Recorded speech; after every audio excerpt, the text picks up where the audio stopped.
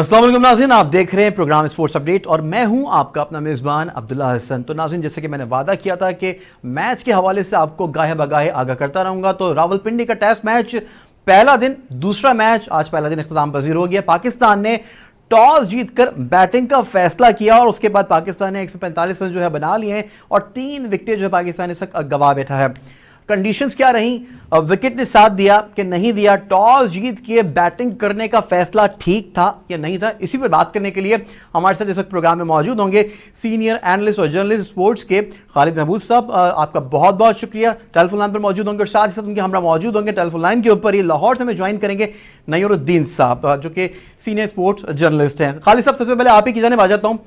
पाकिस्तान ने टॉस जीता और टॉस जीत के बैटिंग का फैसला किया, इस फैसले को कैसा देख रहे हैं और आज के विकेट जो है साजगार रही हमारे लिए, नहीं रही? नहीं, मेरे ख्याल से पाकिस्तान का फैसला दुरुस्त था, क्योंकि इस विकेट के बारे में यही अंदाजे हैं कि ये स्पिनर्स को हेल्प करेगी।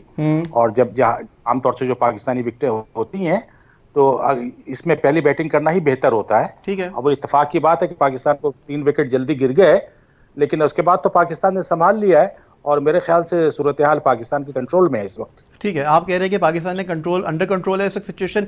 नहीं साहब, आपकी जाने आ जाता हूं। गुगली जो है वो आपको बाद में कराऊंगा, दूसरे सेगमेंट में बात करेंगे परफॉर्मेंस के हवाले से, लेकिन अभी विकेट के हवाले से बात कर लेते हैं।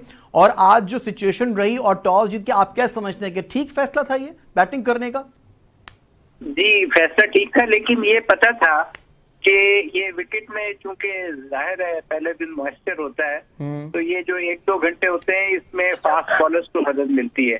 लेकिन हुआ ये कि हमारे बैट्समैनों ने कहा कि फास्ट बॉलरों को क्यों ये बदनाम किया जाए, वो स्पिनर्स को विकेट दे बैठे। तो 3 जो आउट हुए हैं, और मजे की बात है कि सिर्फ 22 रन से 3 आउट हो गए थे।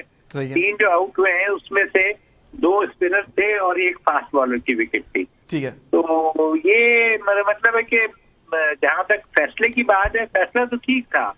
बैटिंग आपने करनी थी, क्योंकि आखिरी जो आपकी इनिंग होती है उसमें विकेट बहुत टर्न ले लेती है। अच्छा, महाराज की बॉल आज बहुत घूमी है खालिद साहब। महाराज की बॉल, हाँ, विकेट पे स्पिन तो है ना, विकेट में तो स्पिन है, लेकिन नैयर साहब जैसा कह रहे हैं कि ऐसा नहीं है। ये साउथ अफ्रीका के जो फास्ट बॉलर है रबादा, इन्होंने 1-2 एज उनकी गेंद पे लगे थे और बहुत लकीर है हमारे बैट्समैन के, वो एक फाइन लेग पे चौका हो गया और एक थर्ड मैन पे चौका हो गया, वरना वो दोनों विकेट टेकिंग डिलीवरीज थी। तो शुरू में फास्ट बॉलर्स को बिल्कुल एडवांटेज मिल सकता था, लेकिन बस वो चूंकि फास्ट बॉलर्स की दिन नहीं था, हाँ, और वो महाराज को विकेटें मिल गई स्पिनर को। अच्छा, महाराज ने काफी मेडियन ओवर्स भी कराए, लेकिन साथ ही साथ अगर फास्ट बॉलर की अगर आप बात करेंगे, फास्ट बॉलर को ऐसी बदनाम किया हुआ नैयर साहब, लेकिन काफी एज लगी और कट खेलते रहे हमारे बैट्समैन। तो आप ये नहीं समझते कि ये जो चीज़ है इसको कंट्रोल करना चाहिए? आप टेक्निकली जो है क्रॉस बैट से आज भी खेल रहे हैं, आप पहले भी विकेटें गवाते हैं क्रॉस बैट से खेलते हुए, आज फिर वही सिचुएशन जो है वो बरकरार थी। आप मुझसे पूछ रहे हैं? जी जी नहीं, सब आपसे पूछ रहा हूँ। देखें, ये आपने बड़ा अच्छा सवाल किया है। जब से यूनुस खान बने बैटिंग कोच, और मिसबा भी एक तरह से बैटिंग कोच ही है जी, तो इन लोगों ने किसी प्लेयर का कोई डिफेक्ट ठीक किया? मुझे तो ये पूछना है कि आपने शान मसूद को मतलब परफॉर्मेंस ना करने की वजह से निकाल दिया, कभी किसी कोच को भी परफॉर्मेंस की वजह से आप निकालेंगे या नहीं निकालेंगे? नहीं, मुश्किल लगता है। इसी तरह चलता रहेगा। ये सवाल आप अगर मुझसे पूछ रहे हैं तो मैं तो कहूंगा कि मुश्किल लगता है मुझे। अगर आप खालिद साहब से पूछे तो उनसे डायरेक्टली पूछ लेते हैं। खालिद साहब, आपको लगता है कि किसी कोच को भी कभी निकाला जाएगा, टेन्योर पूरा होने के बाद ही निकाला जाएगा? नहीं, कोच को भी दरमियान से निकाल दिया जाता है। कोच की भी परफॉर्मेंस जो है वो मॉनिटर होती है और परफॉर्मेंस बेस्ड होती है, ऐसी बात नहीं है। लेकिन प्लेयर्स के ऊपर ज्यादा तलवार तेज धारी, लेकिन यहाँ पे वकार यूनुस साहब की परफॉर्मेंस मॉनिटर होती भी रही है। पहले वो कभी वो जुल्करनैन हैदर जो निशाना बन जाते थे, फिर उसका सरफराज जो निशाना बन गए, अब मोहम्मद आमिर निशाना बने हैं, लेकिन उसके बावजूद भी जो ये लोग फिर कम बैक कर जाते हैं। तो ये जरूरी तो नहीं है कि अगर ये अच्छे खिलाड़ी रहे, ठीक है, इनकी रिस्पेक्ट अपनी जगह पर है, लेकिन अब जरूरी तो नहीं है कि ये अच्छे कोच भी बन जाएंगे। देखिए, अच्छे कोचेस भी तो लेके मसला यही है, हमें अच्छे कोचेस भी यहीं से तलाश करने पड़ते हैं। और पाकिस्तान में जब फॉरेन कोचेस लिए जाते हैं तो उनके साथ अलग प्रॉब्लम्स है, कोई लैंग्वेज बैरियर्स हो जाते हैं। तो अभी मेरा ख्याल से जो भी कोच हो उसको थोड़ा टाइम देना चाहिए। और ये बात आपकी सही है, जैसे वकार यूनुस को जब टाइम दिया गया और वो फेल हुए तो उनकी जगह पर किसी और को आजमाना चाहिए था। और यूनुस खान की जैसे बात करें तो यूनुस खान को अब इतनी जल्दी मत असेस कीजिए। यूनुस खान एक बहुत अच्छा बैट्समैन है और वो कोचिंग के भी चीजें जानता है। तो वो उससे थोड़ा सा फर्क तो ये पड़ा है कि पाकिस्तान की बैटिंग में थोड़ी बहुत तो स्टेबिलिटी आई है। और उसने कहां तक ठीक किया, वो जाहिर है जिन लड़कों को वो हाथ पकड़ के तो ठीक नहीं करा सकता, वो क्या करेगा, वो आपको स्ट्रेटजी बता सकता है किस बॉलर्स को किस तरह हैंडल करना है। जैसे इंग्लैंड के टूर पे भी हमने देखा, और अभी भी तो यूनुस खान की वजह से देखे ना, फवाद आलम का क्रेडिट किसको जाएगा, यूनुस खान को जाता है ना, तो ये कोई कम बड़ा क्रेडिट तो नहीं है।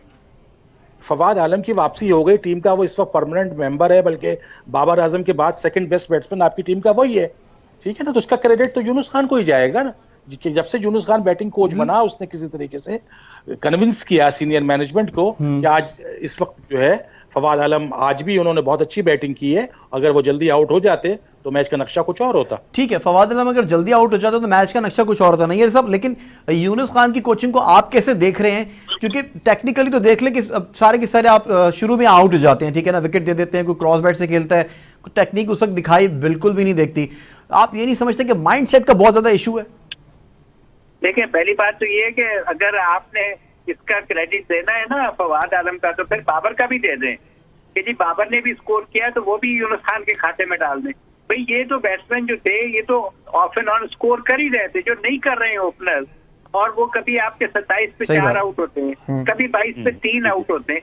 इसकी जिम्मेदारी, और आपने जैसे ही प्रोग्राम शुरू किया, आपने कहा गलत शॉट से आउट हो रहे हैं। आउट होने के दो ही तरीके हैं ना, या आप खुद आउट अपनी विकेट दे दें, या अच्छी बॉल पे आउट हो जाए। अब यहाँ पर ज्यादातर ये हो रहा है कि 90% केसेस में ये लोग खुद आउट हो रहे हैं, वहां पर यूनुस खान का रोल आता है, वो नजर नहीं आ रहा। और मैं इस मैच की बात नहीं कर रहा, मैं न्यूजीलैंड सीरीज की बात कर रहा हूँ, मैं बात कर रहा हूँ इंग्लैंड सीरीज की। यूनुस खान ने मुझे ये बताएं कि क्या शान मसूद को ठीक किया, क्या आबिद अली को ठीक किया, किसको ठीक किया? मुझे ये ना बताएं कि जी एक बैट्समैन चला आ रहा है, उसने स्कोर कर दिया तो आप क्रेडिट लेने देने की बात नहीं है।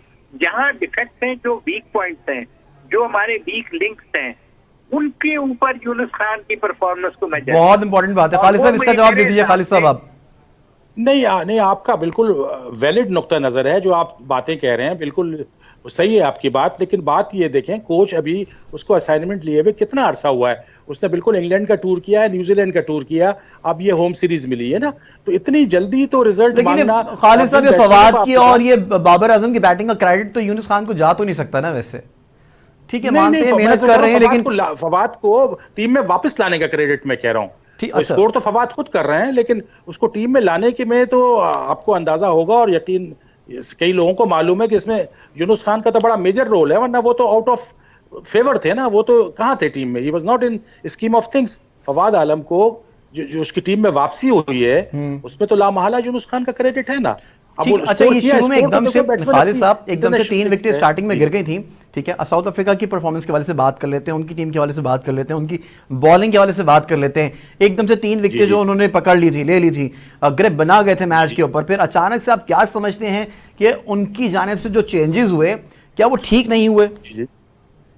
नहीं, उसमें बिल्कुल देखें ना, एक तो बात यह है कि शुरू में विकेट मुश्किल था और कंडीशन जरा सी डिफिकल्ट थी। उसके बाद पाकिस्तानी बैट्समैन सेट हो गए, तो ये देखें ना, होता ये जब, और सेट भी कौन हुआ, बाबर और फवाद। अब ये दोनों पाकिस्तान के बेस्ट बैट्समैन चूंकि क्रीज पे हैं, और साउथ अफ्रीका की जाहिर है उसका जो कप्तान है कोई बहुत ज्यादा अच्छा कप्तान नहीं है, डिकॉक, उसके पास रिसोर्सेज भी लिमिटेड हैं।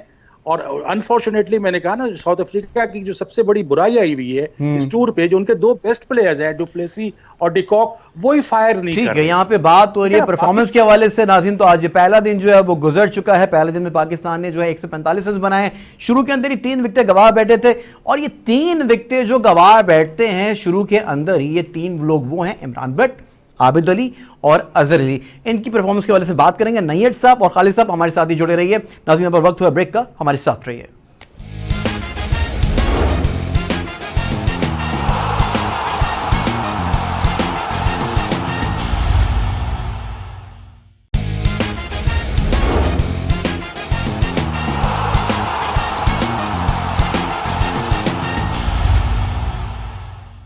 वेलकम बैक नाज़रीन। तो पाकिस्तान बामुकाबला साउथ अफ्रीका, दूसरे मैच का पहला दिन जो आज वो गुजर चुका है, उसके ऊपर बात हो रही है। पाकिस्तान ने शुरू में जो 3 विकेटें गंवा दी हैं, उनके हवाले से बात करेंगे, इंडिविजुअली प्लेयर्स के हवाले से बात करेंगे। नैयद साहब, आपकी जानिब आ जाता हूं, आबिद अली के हवाले से बात कर लेते हैं, ठीक है ना। आबिद अली ना न्यूजीलैंड में चले, ना पाकिस्तान में चल रहे हैं, ना डोमेस्टिक में, तो आप क्या समझते हैं उनका माइंड सेट आखिरकार है क्या? क्या वो ओवर सिक्योर तो नहीं हो गए कहीं? मेरे ख्याल में देखें, आबिद अली जिस तरह चले थे वो आप देखेंगे वर्ल्ड रिकॉर्ड तक बनाया उन्होंने, सेंचुरीज बनाई, सारा कुछ किया। और जब आपको याद है कि एक ऑस्ट्रेलिया की टीम आई थी यहाँ पे 5 वनडे के मैचेस हुए थे यूएई में, तो वहां भी आबिद अली ने उनके साथ आखिरी 2 मैचेस में अच्छा परफॉर्म तो किया। उन मैचेस को कब तक याद रखें हम, ये बता दें आप। नहीं, मैं ये नहीं बता रहा, मैं ये बता रहा हूँ उसके बाद इन लोगों ने आबिद अली का माइंड सेट चेंज कर दिया फॉर द वर्स्ट, ठीक फॉर है, the bad choice, towards the bad idea.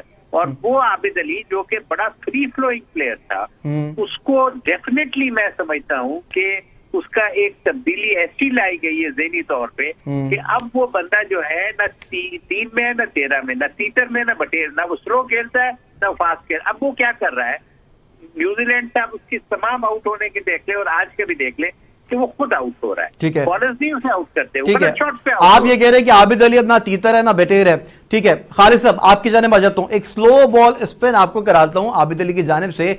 Abid Ali अब ये समझा जा रहा है कि ना तीतर है ना बटेर है, इनका माइंडसेट क्या है?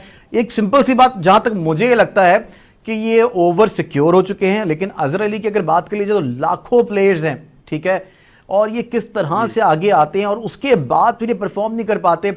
पिछले मैच में आप मुझसे नाराज हो गए थे, खफा हो गए थे, आपने बोला भाई कम से कम 50 तो किए। मैं ये कह रहा था कि उस वक्त उनको 100 की जानिब जाना चाहिए था, लेकिन वो नहीं कर पाए। 24, 25, 4, 10 और आज 0। आज तो उन्होंने खाता ही नहीं खोला, आज खाता ही नहीं खोला, देखें। और बॉलें कितनी खेली हैं, जी। और आबिद अली ने गेंदें कितनी खेली हैं, कितनी ज़ाया करी हैं।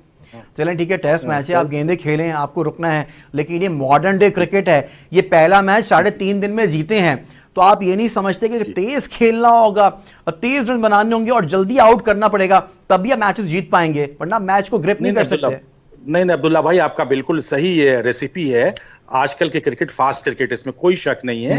वो ट्रेडिशनल टेस्ट क्रिकेट पहले हुआ करती थी, और आजकल आपको जैसे ही मौका मिलता है, जैसे ही आपकी टीम ऊपर आती है, आपको तेज खेल कर अपनी टीम को, पोजीशन को मजीद मुस्तहकम करना होता है, जो लास्ट टेस्ट में पाकिस्तान नहीं कर सका था। वो आपका बिल्कुल वैलिड पॉइंट था, क्योंकि आज की जो मॉडर्न क्रिकेट है और जो अच्छी टीमें हैं वो 4 रन पर ओवर के हिसाब से भी खेलती हैं। ठीक है ना, ठीक है। जहां तक आपने आबिद अली और अजहर अली की बात, आखिरकार आपको आबिद अली के बारे में पहले बात कर लेते हैं। आबिद अली का फाइनली आपको मसला का नजर आ रहा है?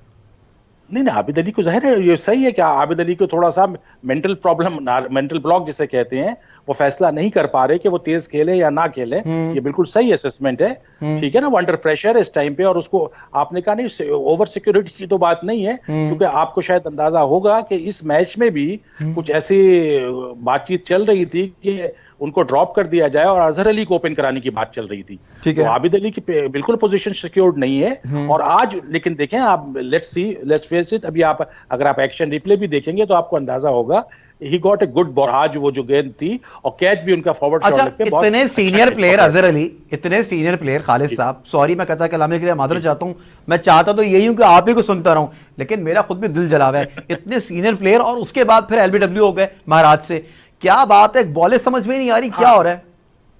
नहीं बिल्कुल ये अनफॉरगिविंग है, और इस पे मैं आपके साथ हूं।